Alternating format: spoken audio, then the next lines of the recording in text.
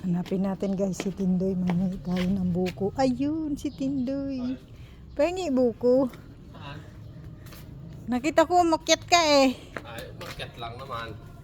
Talaga walang buko. Asan ba? Damot niya guys. Pagbahanap ko yung buko akin yun. Nanguha siya kanina ng buko. Naka-smile oh. Hanapin ko guys yung buko pag makuha ko akin. Di ba matigas? Alam mo naman pag matigas, di ba? Hindi ka sa matigas. Bakit ikaw ayaw mo? Ay!